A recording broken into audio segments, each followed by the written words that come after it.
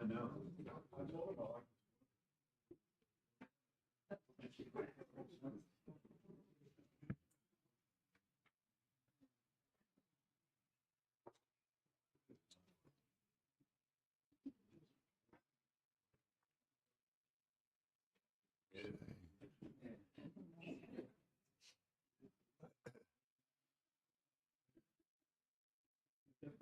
All right, Shabbos, say good morning. Good morning. Let us begin. Baruch Hashem, a lot to do today.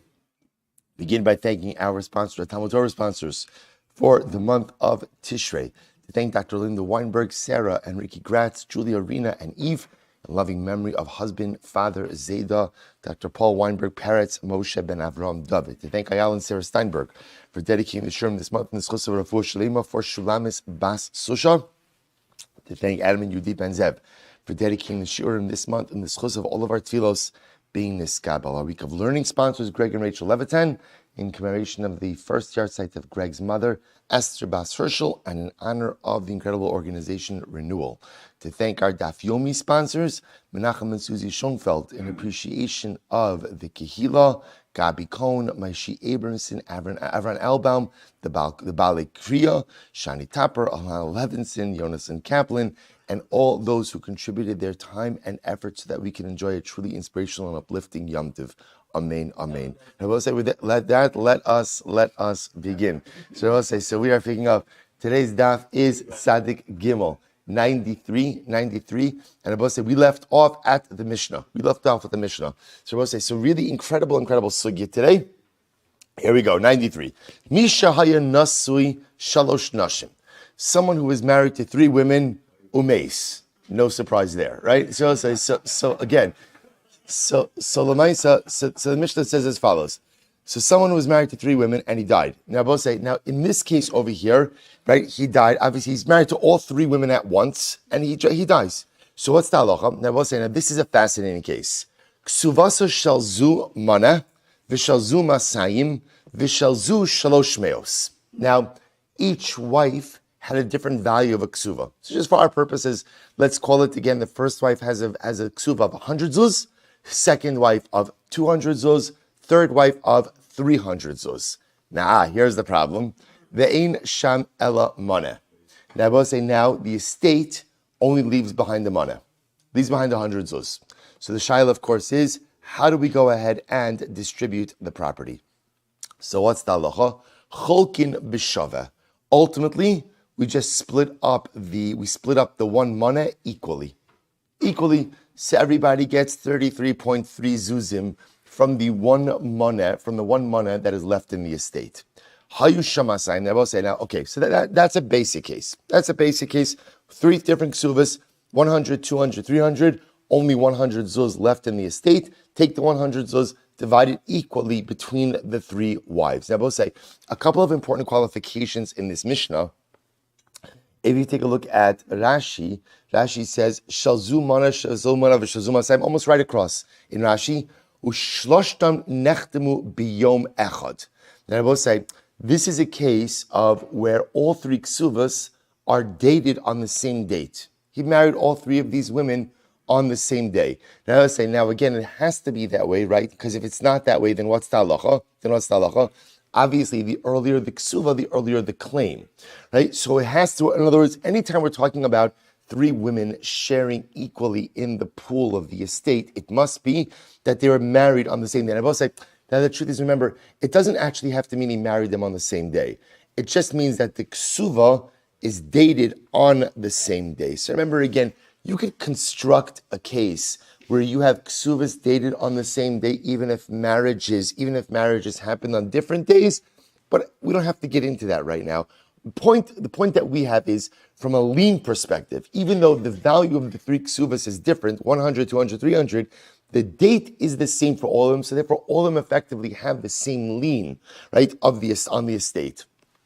Good. So Cholkos b'shaveh, Rashi says over here, Shari koach shloshtan shaveh b'shibud maneh tibekulu ikamana. And I both say, when you read this, it sounds strange, right? That all three of them split the first maneh. After all, again, we would assume that the one who has a ksuba of 300 should have a higher not higher, but should have a greater percentage, or at least a greater grip on. Here's what we're going to see is all of them have that same claim on the 100. That's really what happens over here. Because we're going to say, since all of them share a common denominator, that's what? They all have a ksuva, that's what?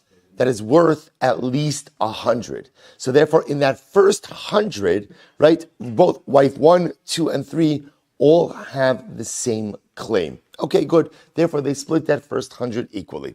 Hayusham asayim. What happens if there's 200 zuz in the estate? So same case. Ruvain married to 3 women, right? Wife 1, wife 2, wife 3. And therefore, again, but this case, same case. Wife 1, ksuva of 100. Wife 2, ksuva of 200. Wife 3, ksuva of 300. And now there's 200 zuz left in the estate. So what's talacha? So the Gemara says, Shalmana noteles chamishim, shamasayim, v'shal shlosh me'os, shlosha.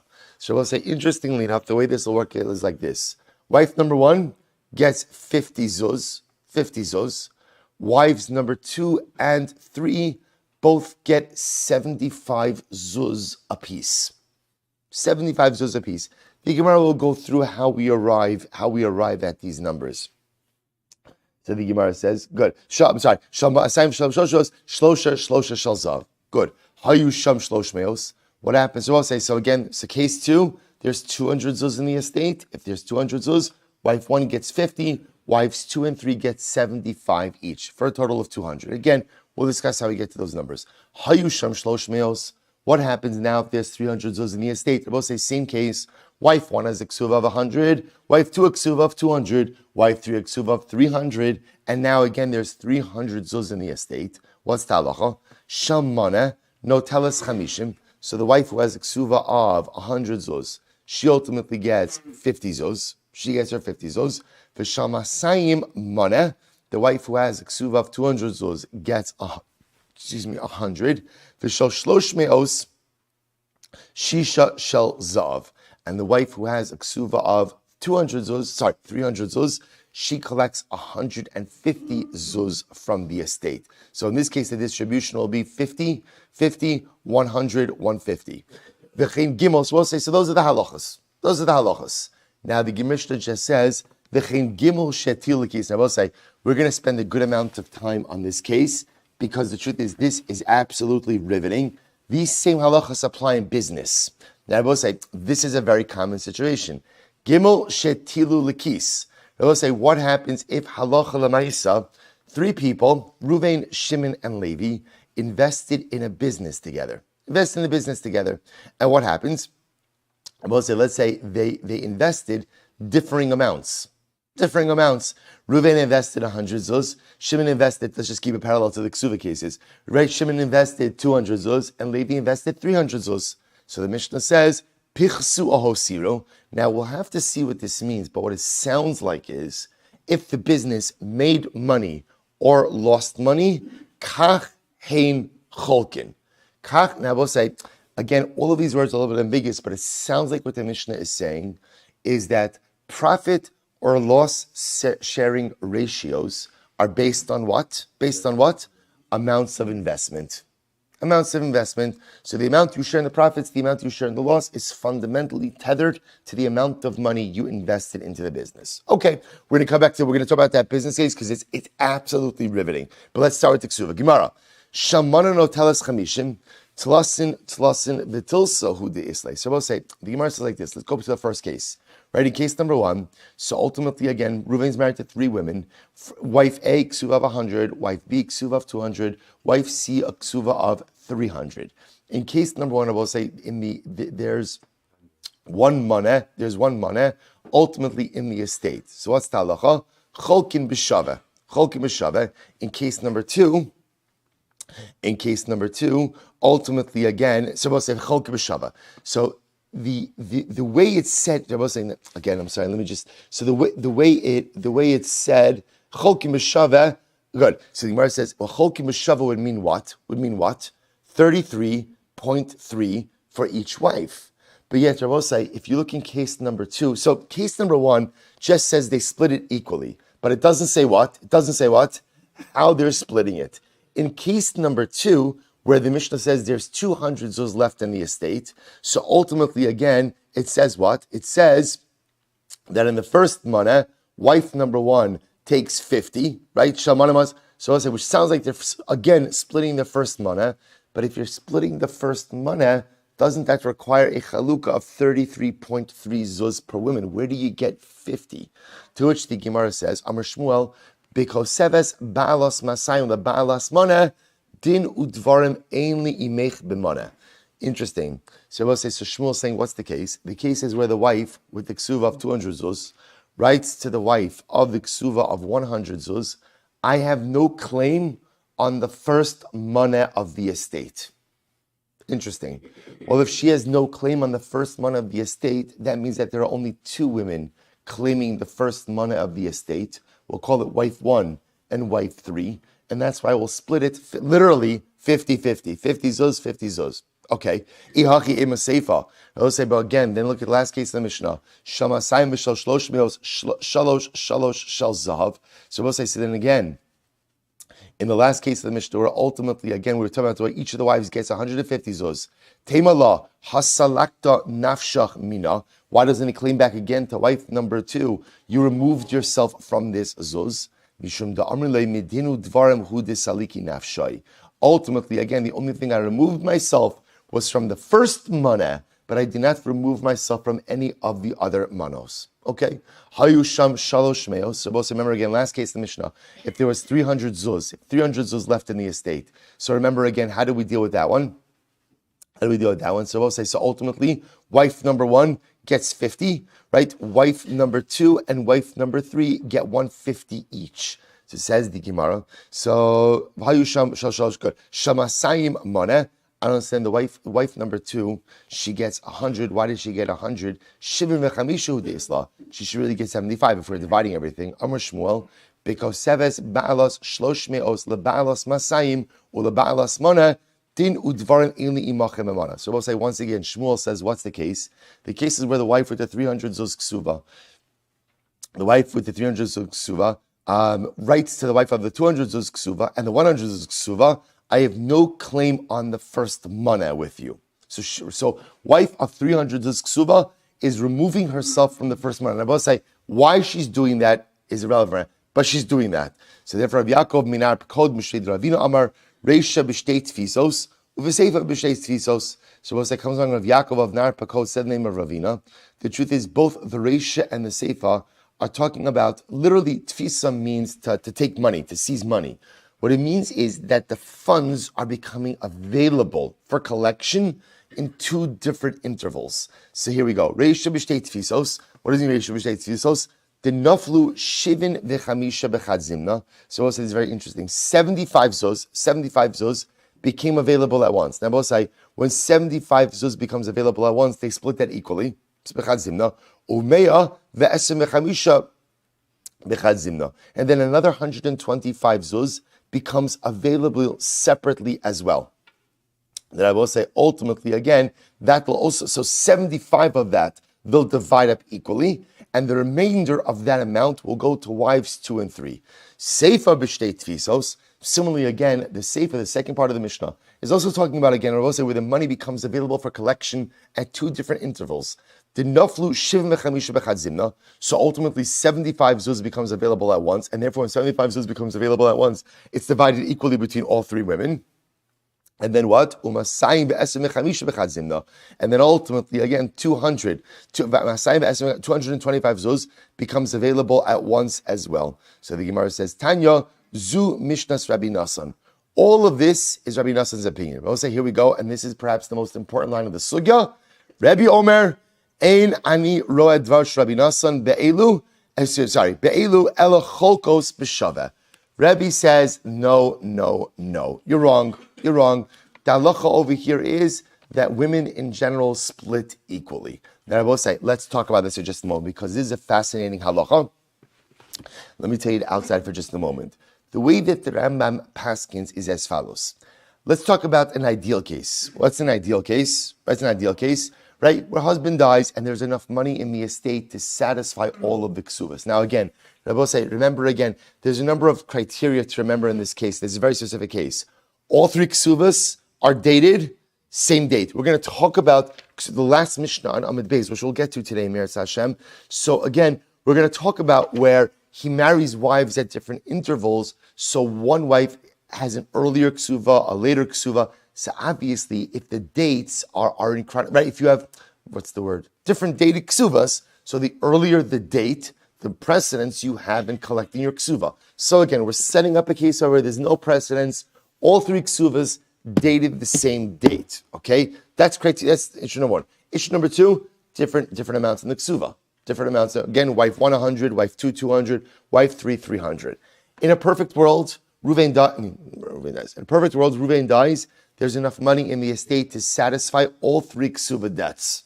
Beautiful. Done. Distribute. We're done. What's unique about this case? Not enough money in the estate. Not enough money in the estate. So now what's interesting is as follows. So the Mishnah seems to set up a situation when there's not enough money in the estate, so we're going to go ahead and start dividing things up in different ways. So we'll say, just show you the way the Mishnah is structured logically.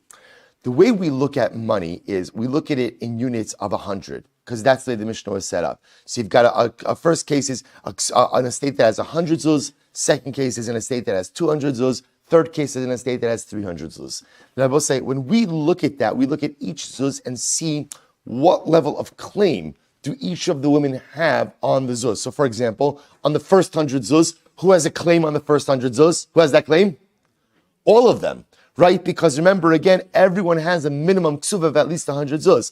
When you work your way up, who has a claim on the second 100 zuz? Wives 2 and 3, right? Who has a claim on 300 zuz? Right? The only wife 3. So when you look at it that way, I will say that's how the Mishnah is approaching it. So we work through this whole sugya, and that's why the Mishnah has to kind of come up, because the numbers don't really work if that's how you look at it. That's why the Mishnah comes up with these ideas. No, we're talking about a case where wife number 2 said to wife number 2 said to wife number 1, I have no claim on the first 100. So she's removing. So comes along Rebbe and says, stop. That's not how distribution works. If there's enough money in the estate to pay out all the ksuvas, fantastic. The moment there's not enough money in the estate to pay for the ksuvas, the default is split equally. And I will say that's how you pass halacha l'maisa. So therefore, again, in a case like this, where you have 3 wives, right? One is owed 100, one is owed 200, one is owed 300. So halacha l'maisa, Reuven dies. There's 300 zuz left in the estate, 100 zuz per wife. That's what we're going to do. We're not going to start getting into figuring out 100 zuz, because we'll say essentially we can't look at an estate like that. We just look at the estate as a whole. No, is not enough money to satisfy the debt. Split everything equally. That's the halacha l'maisa. Next. So I will say, so now let's see the impact of this on business. Because on business, this is a really riveting case. Take a look. Remember again, what the Mishnah said, let me see, I don't think I printed this. Okay, I'll look it up. Good. What the Mishnah said, I will say, was as follows. So the Mishnah says, so too, you have 3 people, 3, right, Reuven, Shimon, and Levi, who put money into a pot for business. So the lashon of the Mishnah was what?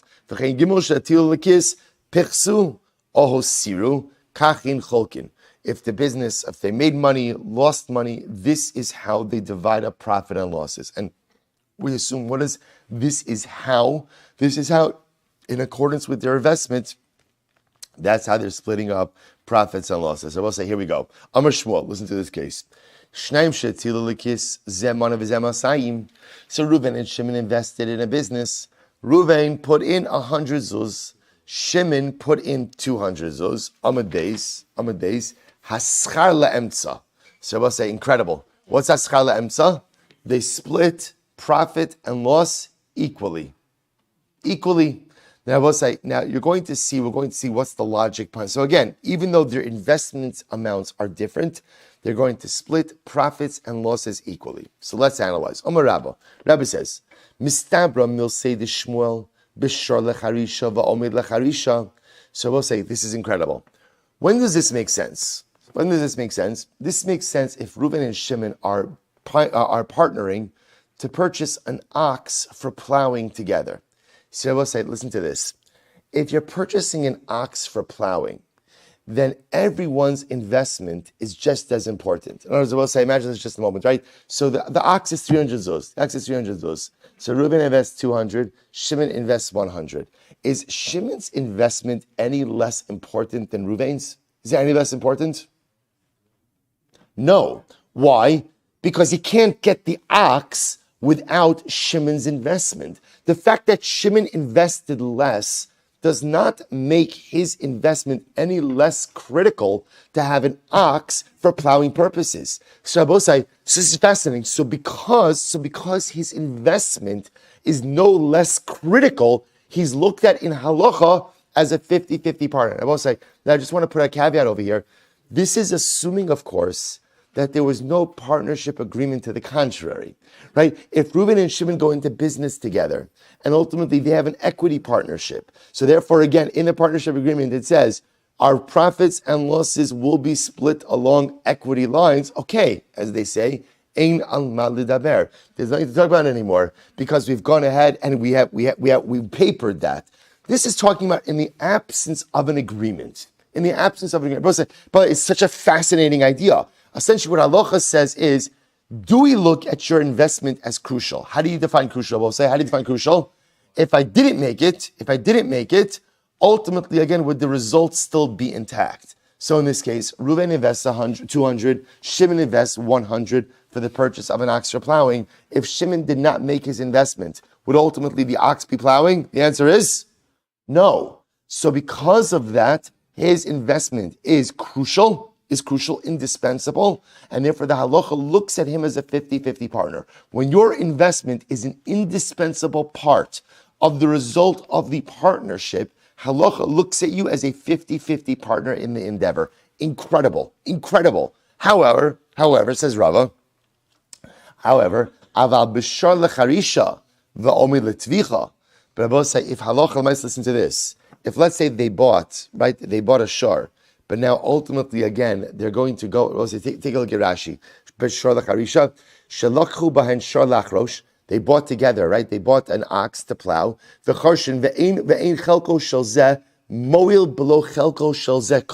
will say, here's the chap.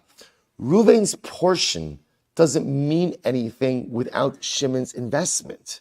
Therefore, hilchach cholkin b'shava. So we'll say, so Rava comes along. However, now back to the Gemara. Aval. Watch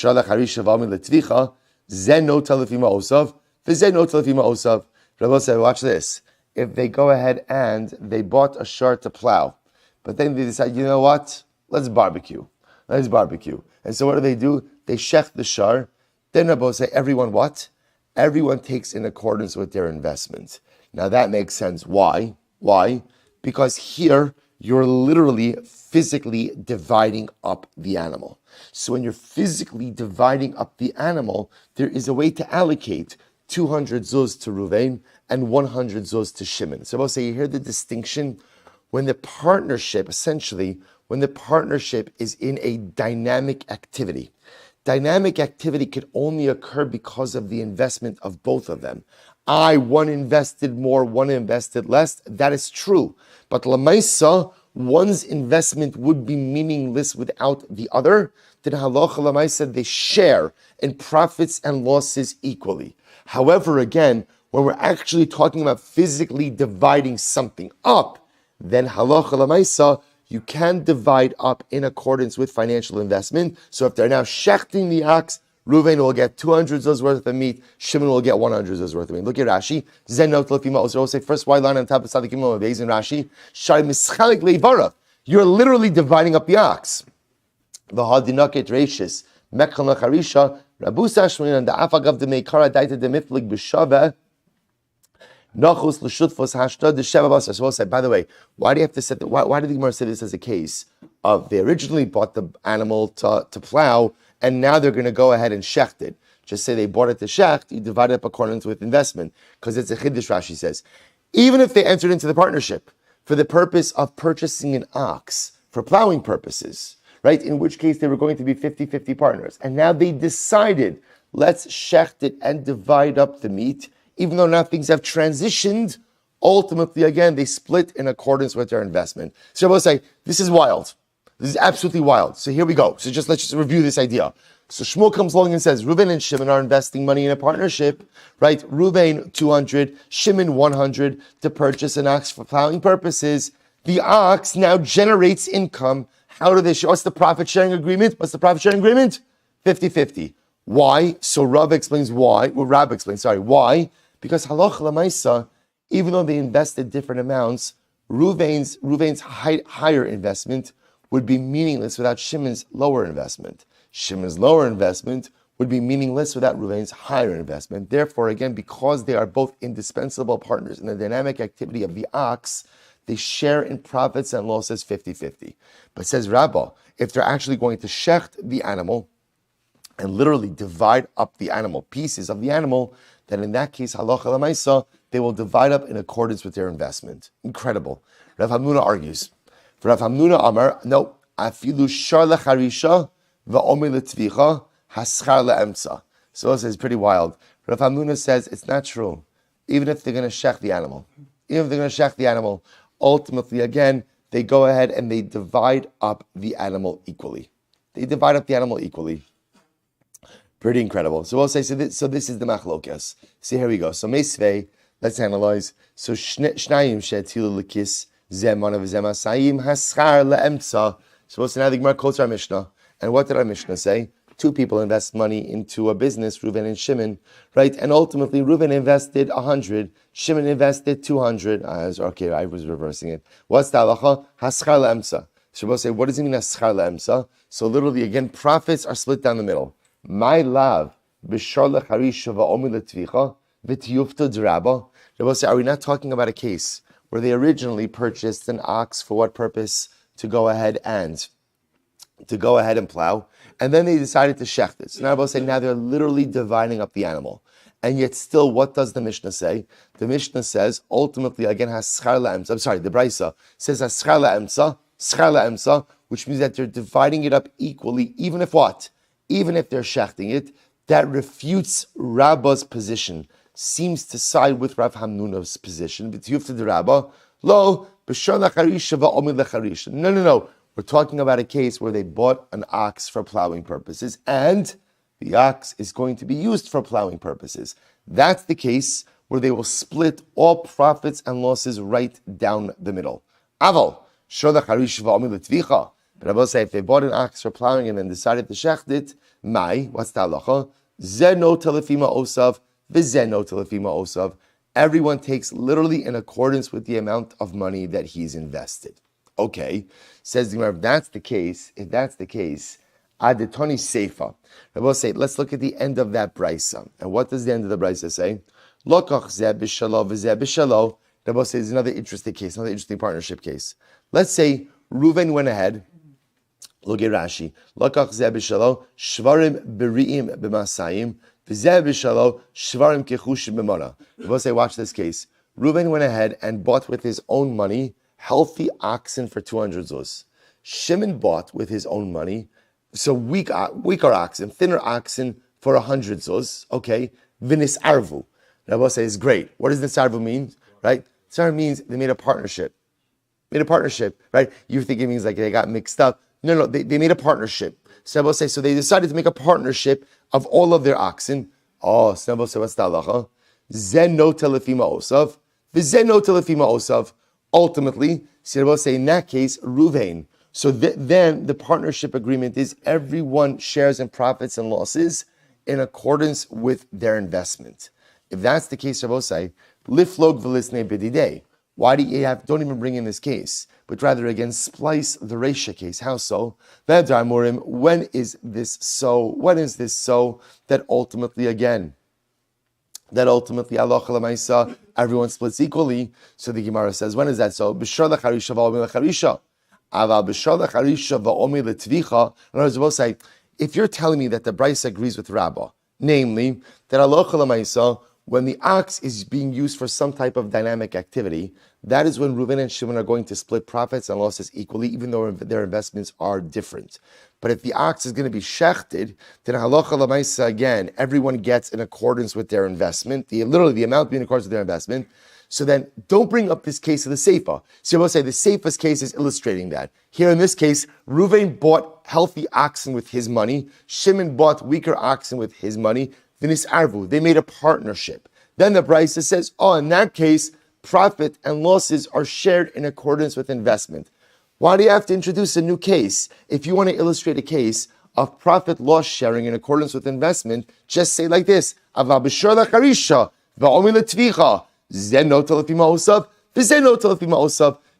halacha l'maisa, when they're actually shechting the animal, then in that case halacha l'maisa, everyone takes in accordance with their investment.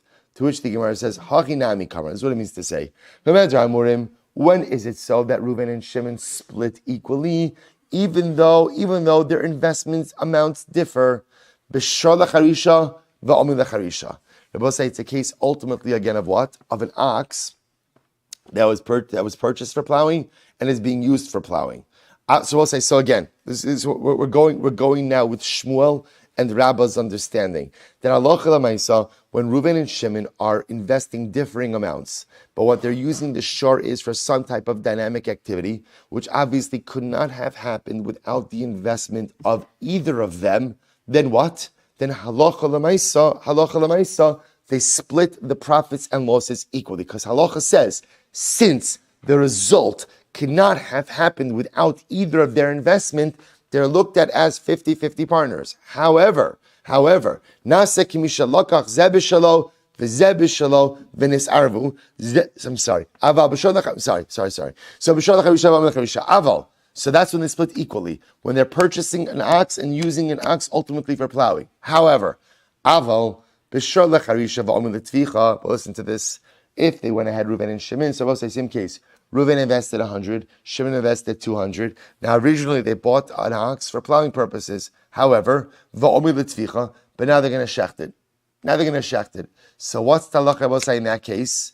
Na'aseh kimisha lakach zeh b'shalo, v'zeh b'shalo, v'nis arvu. That is, so the shechita case is similar to a case of Reuven bought his own herd, Shimon bought his own herd. They went ahead and they combined their resources into a partnership. In that case, profit and losses are split in accordance with investment. So the shechita case is like that case, and in the shechita case also, if they're literally slaughtering and dividing up the animal, they will go ahead and split it according to investment. The Gemara says, "Zenot alefima osav, v'zenot alefima osav."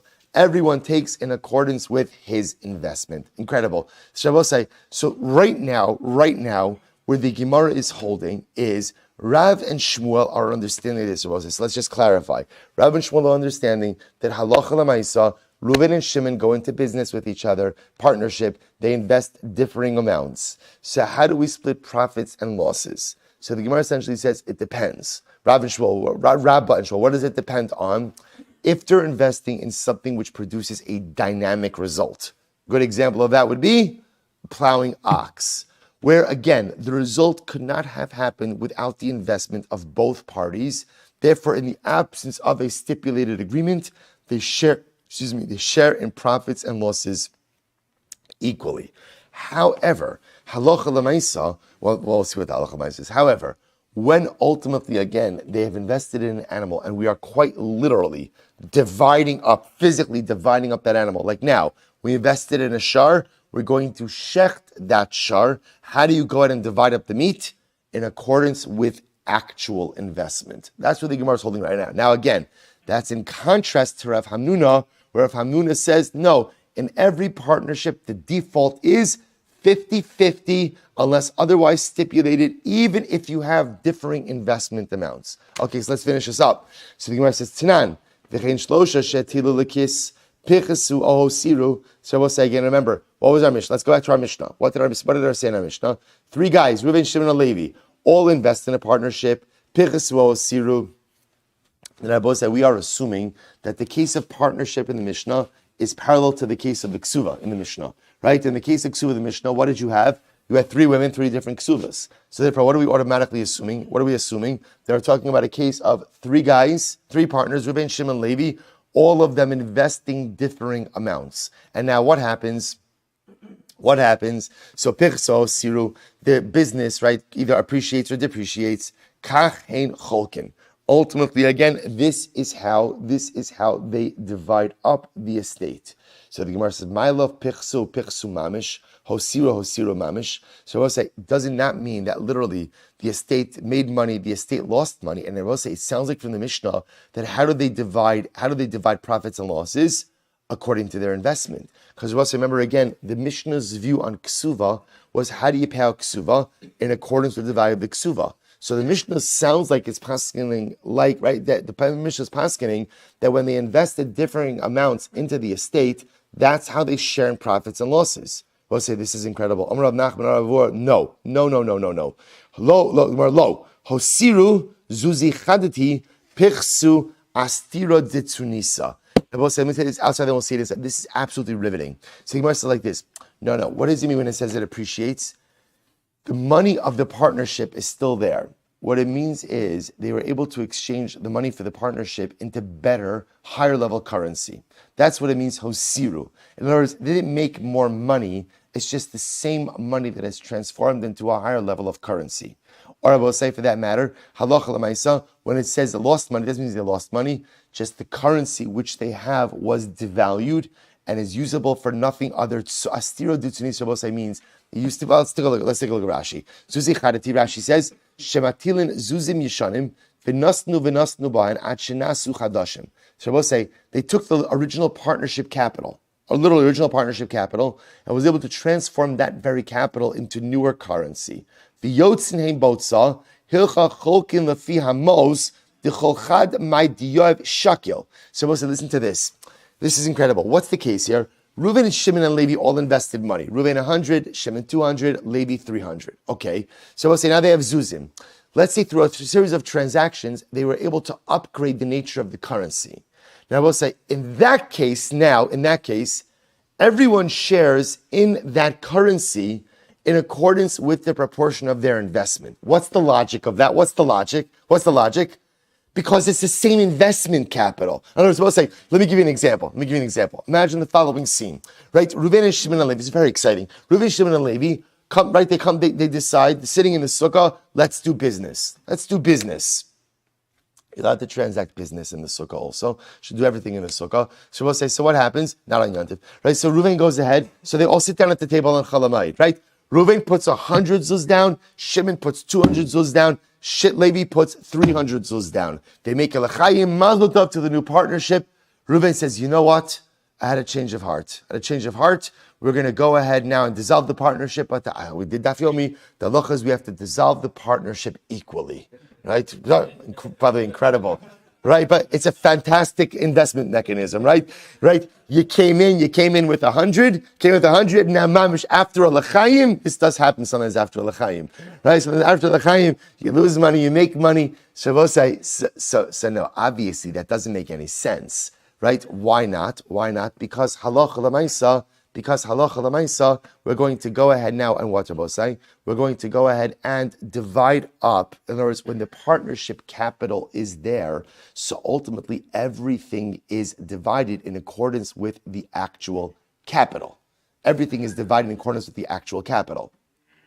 So therefore, again, halacha l'maisa. So right, in other words, if the capital itself is extant, everyone goes ahead and divides up equally. So therefore, the Gemara suggests as follows, that in this case over here, where they took the partnership capital and simply did what?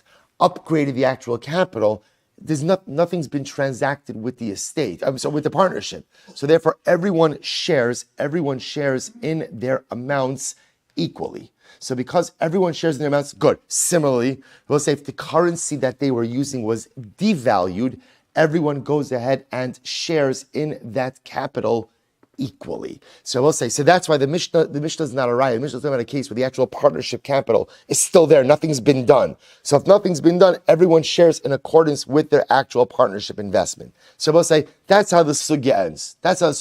By the example of the capital being devalued, we'll say, if you look at Rashi says, Istari ditsunisa, shenifsala hamatbea ve'ein yotzeit spotza. So we'll say this is talking about a case where halacha l'maisa, that the currency used was devalued, and I will say sometimes currency when it's devalued, all it becomes usable for is to put on the wound of a foot. So apparently, again, I guess some of the properties of the coin have certain healing curative abilities. So the currency was devalued. All it's used for is for a wound. So good. So we'll say, how do we pass halacha l'maisa? So I'll share with you something amazing. I'm sorry, I meant to print it out, but I didn't. Let me just pull it up here quickly. If I have it quickly, because it actually is a fascinating Shulchan Aruch. Shabbos says, now listen to this. So the Shulchan Aruch Paskins, this is in Choshen Mishpat. You can see in Choshen Mishpat, Simen Kuf Ayin Vav, Sif Hey. Shabbos, here we go. Because no, this is an incredible halacha. Hashutfin Shetilu Lekis. Shabbos, here we go. So partners go ahead and invest. They invest in a property, or they invest in a partnership together. Zemane v'zemasayim v'zeshin. Shabbos says, so again, Reuven's investing 100, Shimon's investing 200, Levi's investing 300. Or Reuven, Shimon, Levi. Good, right? So what happens? Shabbos say, v'nisasku kulam mamon stam. Shabbos say, again, the Shulchan Aruch points out, no partnership agreement. No partnership agreement. Because obviously, if there's a partnership agreement, there's nothing to talk about. Upichsu ohosiru. And now they go ahead and either, right, it appreciated, depreciated. What's the halacha? So the Gemara says, so hapechet aschar o hapeches beinehem b'shave lefi minyanam v'lo lefi mos. Rabbi say, we paskin halacha l'maisa, we're going to see like Rav Hamnuna, that in the absence of a stipulated partnership agreement, ultimately, everything, all profits and losses are split equally among all of the partners. We do not look at the investment capital, rather halacha l'maisa, it is split in accordance with just 50-50. 50-50. So the Gemara says, listen to this, get ready. Let's say this is true, we pass like Rav Hamnuna. So whether they're purchasing a shar for plowing purposes, or they're purchasing a shar ultimately again for slaughter purposes, in the absence of a partnership agreement, the halacha is that what? We split everything equally. So everything equally. So however, however,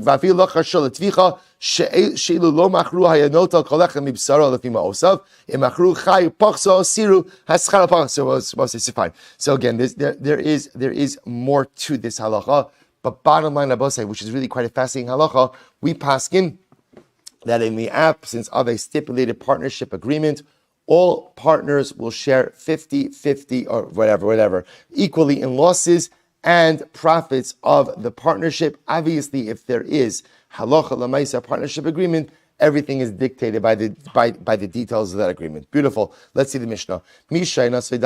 So we'll say, man is married to four women. Apparently, there was Tchias HaMesim since the last Mishnah. Right, so what happens? He's married to four women. Now, in this case over here, we'll say, as Rashi points out, the Kesuvos have different dates. So Umeis, and then he dies. Harishona kodemes l'shniya. Ultimately, again, the first wife takes precedence to the second wife. Ushniya l'shlishis. Second wife takes precedence over the third. Ushlishis l'revius. Third wife before the fourth. So we'll say, so again, this is all where their Kesuvos have different dates. First wife has earlier date, second wife has later date, so on and so forth. Rishona nishbas l'shniya. So we're going to see that for the first wife to collect, she has to take an oath that she has not previously collected her ksuba. So wife 1 takes that oath to wife 2. Shniya l'shlishis, wife 2 takes that oath to wife 3. Shlishis l'revius, wife 3 takes that oath to wife 4. What about wife 4? V'revius nifra shelo b'shavua. Wife number 4 collects her ksuva even without a shavua. Benana says v'chim mipnei shiachrona niskeres. Because wife number 4 was the last one, ultimately she gets to collect without a shvua. Afhilo sifra ela b'shvua. She'll say, Shabbos says, understand the shvua over here is a shvua that the wife has to swear she has not previously collected her ksuva money from any other source. So the Gemara said, listen to this. Hayu yotzos kulam yom echad. What happens if all the ksuvas were dated exactly the same day? Kala kodemes lechaber ta'afilu sha'achas zachsa. I will say, then we look at what hour they got married. Let's say again, so we look at the hour. So in other words, if all the Kesuvos were dated on the same date, we look at maybe who's earlier in the day. And I will say, listen to this. The Kachayu Kosim Yerushalayim shows. I will say in Yerushalayim, they wouldn't just put the date of the Kesuva, but rather what? They would put the time of the Kesuva as well. Hayu Kulan Yotzos B'Sha Achos. So I will say, what happens if all the Kesuvos have the same date, have the same time? Ein sham elamana cholkos b'shava. Then I will say ultimately that reverts back to the last Mishnah. Then again, if there's only a limited amount of money in the estate, then halacha l'maisa they'll all go ahead and divide equally. I will say shkoyach.